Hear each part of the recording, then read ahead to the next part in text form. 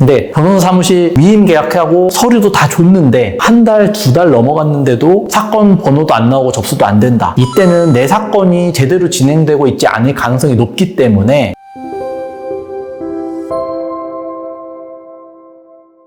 끝까지 싸워서 이기겠습니다. 젠틀한 싸움 딱 유익상 변호사입니다. 많은 분들께서 궁금해하시는 게 금지명령 언제 나오나, 개시결정까지 얼마나 걸립니까, 인가결정 얼마나 걸립니까 인데, 오늘은 전반적인 절차 안내를 드려보려고 해요. 개인회생 절차에 대한 흐름은 서울회생법원 홈페이지 접속하셔서 보셔도 절차 안내도가 나와 있거든요. 절차도가 복잡하고 잘 이해되지 않는다는 분들도 많아서 의뢰인분들께서 파악하고 계셔야 되는 절차에 한정해서 설명드려보려고 합니다. 크게는 신청서 접수 전, 신청서 접수 단계, 금지명령, 중지명령, 보정권고, 그다음에 개시결정, 채권자 집행, 인가결정, 면책결정, 이 순서대로 진행이 되는데 단계별로 한번 말씀을 드려볼게요. 신청서 접수 전은 사실 대리인 선임 단계를 생각을 해보셔야 되는데, 이미 연체가 시작되셨거나 연체가 임박해서 이 상황이 당황스러우니까 급급하게 대리인 선임해서 진행하시려는 분들 꽤나 많으시더라고요. 어떤 사무실 선택해야 되고 사무실 선택에 있어서 왜 주의해야 되는지는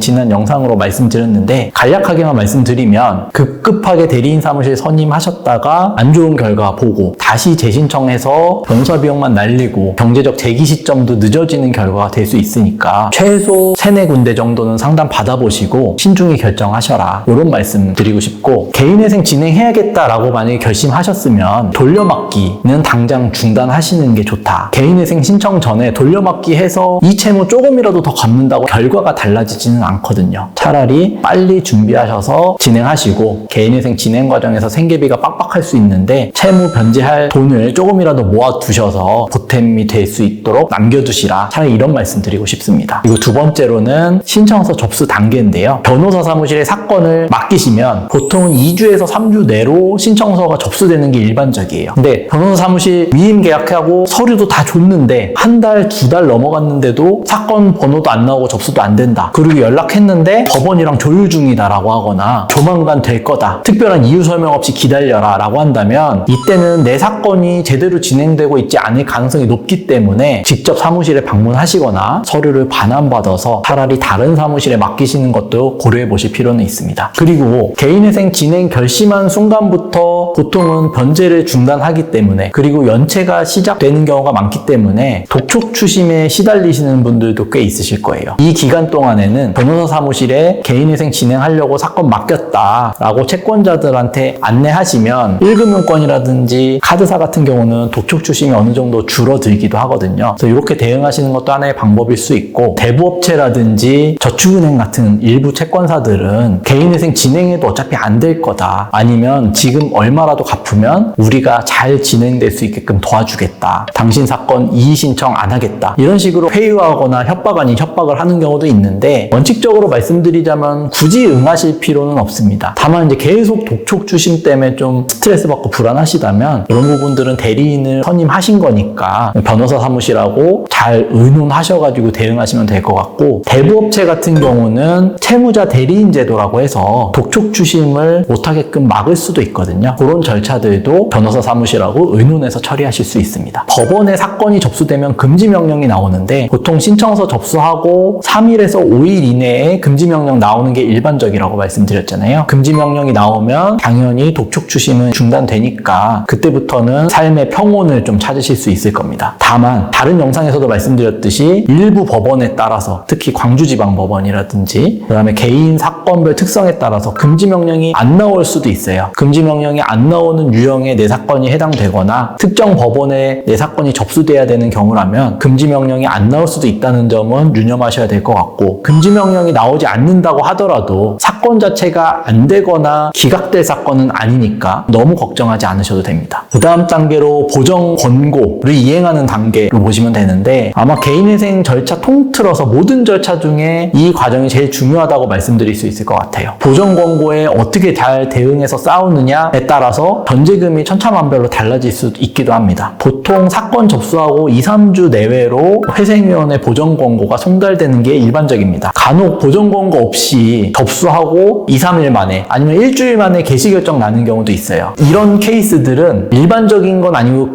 극히 예외적인 케이스이기 때문에 내 사건이 보존 권고 없이 넘어갈 거다라는 기대는 안 하시는 게 좋고, 최소한 한두 번 이상의 보존 권고는 진행될 것이다 생각하시면 되고, 보존 권고 단계는 무엇이냐, 채무자의 과거 재산 처분 내역이라든지 채무가 왜 증가되었는지, 현재 재산은 얼마 보유하고 있는지, 이런 부분들을 구체적으로 살펴보고 불분명한 점을 법원이 파악을 하기 위해서 채무자에게 자료나 경위 설명을 요청하는 과정이거든요. 만약에 채무자가 재산을 빼돌리거나 이와 유사한 행위를 하고 회생파산을 신청하는 건 아닌지, 그리고 도박이나 낭비, 기타 사행성 행위, 주식 코인 등으로 채무를 급격하게 증가시킨 다음에 이제 회생 절차의 이점만을 노리고 하는 건 아닌지, 이런 부분도 이제 법원이 확인하기 위한 거고, 만약 그런 사정이 있다라고 한다면 변제금을 증가시키거나 너무 그 정도가 심하다면 사건이 기각될 수도 있는 과정입니다. 물론 이 과정에서 법원이 항상 제대로 된 보존권고를 내리는 건 아니고 아무 근거 없이 변제금을 올려라 라는 보정이 나오기도 하거든요. 그래서 이 경우에는 변호사 사무실이 얼마나 잘 대응을 해주느냐, 채무자분이 얼마나 잘 납득할 수 있게끔 안내를 해주느냐가 정말 중요하다고 생각이 됩니다. 개시결정 단계는 이제 보존 권고를 한두 차례 잘 이행을 하면 난다라고 말씀을 드렸고, 일반적으로 한 3개월에서 6개월 내에 개시결정이 나는 게 대부분이라고 보시면 될 것 같아요. 그리고 개시결정이 나면 그대로 인가결정이 나는 게 대부분이라서 개시결정 이후에는 사건이 잘 처리됐다라고 보셔도 무방할 것 같습니다. 보통 서울회생법원 기준으로 빨리 개시가 나면 3, 4개월 정도 걸리고, 지방법원이라고 하더라도 6개월을 넘는 경우는 많지는 않은데, 예외적으로 사건이 복잡하거나 소명해야 될 부분이 많아요. 아니면 법원에서 의심을 하는 내용들이 좀 있다라고 하면 1년까지 길어질 수도 있습니다. 그리고 예를 들어서 제주도라든지 일부 지방법원은 사건이 굉장히 좀 지연되는 경향이 또 있어요. 그래서 이런 거는 개인의 특성하고는 무관하게 1년까지도 지연되는 경우도 있다. 그다음에 채권자 집회인데, 법원이 개시결정을 내리면 채권자 집회일도 같이 통보를 해서 알려줍니다. 보통 개시결정일로부터 1, 2개월 후 시점이 채권자 집회일로 잡히는데, 채권자 집회는 채권자가 실제로 출석하는 경우는 거의 없기 때문에 크게 걱정하실 필요는 없어요. 채권자 집회에는 채무자 본인께서 직접 출석하셔서 월 변제금 얼마이고 현재 변제금 잘 납부하고 있는지 정도를 체크를 하는 수준이기 때문에 5분에서 10분 내외로 종료가 됩니다. 그다음에 변제계획안 인가결정인데, 채권자 집회 한두 달 후에 인가결정이 나옵니다. 인가결정이 나면 절차가 이제 사실상 돈만 잘 갚으면 끝났다라고 생각하시면 될 것 같아요. 인가결정이 나는 시점부터는 통장이 압류가 되어 있다거나 동산이 압류가 되어 있다거나 이런 강제 집행을 당하신 경우에 인가결정문하고 관련 재반서를 챙겨서 지방법원에 제출하시면 압류를 해제하실 수도 있습니다. 그리고 마지막으로 면책결정인데, 변제계획안에 따라서 변제금을 모두 다 납부를 하시면 법원에 면책신청서를 제출할 수 있어요. 그러면 이때 비로소 면책결정이 내려지면 못 갚은 채무들은 이제 다 탕감된다. 탕감돼서 소멸하는 절차라고 보시면 되고, 보통 면책신청서 제출하면 한 달 내외로 면책결정이 내려지고 법원이 신용정보원에 면책결정을 통보를 하게 되고 면책기록 등이 다 삭제되면서 다시 신용도도 회복되게 됩니다.